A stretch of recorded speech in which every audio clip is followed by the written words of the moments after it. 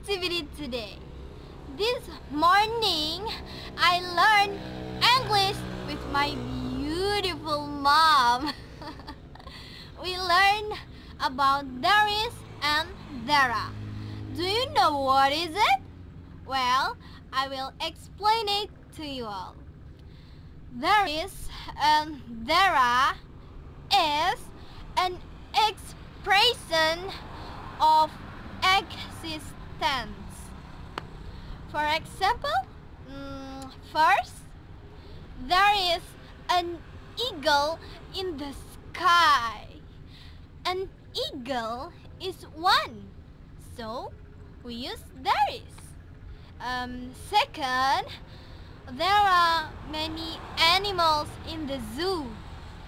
Many animals is a lot, so we use there are.